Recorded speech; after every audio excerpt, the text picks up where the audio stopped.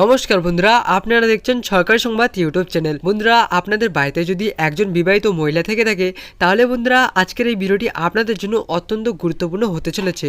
তো বন্ধুরা অবশ্যই ভিডিওটি সম্পূর্ণ দেখবেন। হ্যাঁ বন্ধুরা, আমরা যেরকমটা জানি যে এখন কিন্তু আপনারা রাজ্য সরকারি বলুন আর কেন্দ্র সরকারি বলুন, এই দুই সরকার কিন্তু রাজ্যে নিত্য নতুন প্রকল্প এনে রাজ্যের গরিব মানুষদের সাহায্য করে চলেছেন।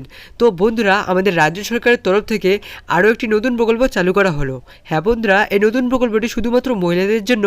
আর এই নতুন প্রকল্পে আবেদন করলেই 5,000 টাকা সরাসরি আপনার ব্যাংক অ্যাকাউন্টে পেয়ে যাবেন। তো আসুন বন্ধুরা, এবার আমরা দেরি না করেই দেখে নেই যে এই 5,000 টাকা পাওয়ার জন্য আপনাদের কি কি কাগজপত্র লাগবে, আপনাদের কোথায় গিয়ে আবেদন করতে হবে এবং কিভাবে আবেদন করবেন। তো দেখুন বন্ধুরা, এখানে এইসব বিষয়ে হেডলাইনে পরিষ্কারভাবে লিখিত রয়েছে।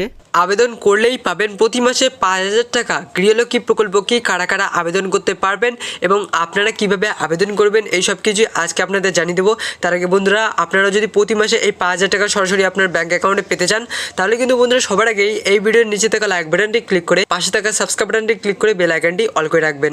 তো আসুন বন্ধুরা, এবার আমরা দেখে নিই যে এই প্রকল্প থেকে আপনারা কি কি সুবিধা পাবেন। তো দেখুন বন্ধুরা, এখানে লিখে দেওয়া রয়েছে যে লক্ষ্মী ভাণ্ডার প্রকল্পের মাধ্যমে পশ্চিমবঙ্গের প্রতিটি মহিলাদের যেমন প্রতি মাসে 500 থেকে 1,000 টাকা দেওয়া হয়ে থাকে, ঠিক তেমনই গৃহলক্ষ্মী প্রকল্পের মাধ্যমেও প্রতিটি মহিলাদের প্রতি মাসে 5,000 টাকা দেওয়া হবে। এই 5,000 টাকার মাধ্যমে প্রতিটি মহিলা তাদের নিজেদের ছোট ছোট প্রয়োজনগুলি মেটাতে পারবেন। তো আসুন বন্ধুরা, এবার আমরা দেখে নিই যে এই প্রকল্পে কারা কারা আবেদন করতে পারবেন। তো দেখুন বন্ধুরা, পরিষ্কার লিখে দেওয়া রয়েছে পশ্চিমবঙ্গে লক্ষ্মীর ভাণ্ডার প্রকল্পের ব্যাপক সাড়া পাওয়ার পর এবার গৃহলক্ষ্মী প্রকল্পটি চালু করতে চাইছে তৃণমূল সরকার।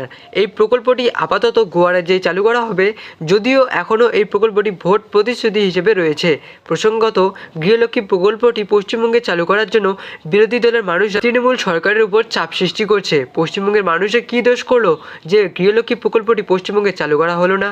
এর সাথে দেখুন বন্ধুরা, এখানে আরো বলা হচ্ছে যে হয় লক্ষ্মীর ভাণ্ডার টাকার পরিমাণ বাড়াতে হবে, নয়তো গৃহলক্ষ্মী প্রকল্প পশ্চিমবঙ্গে চালু করতে হবে।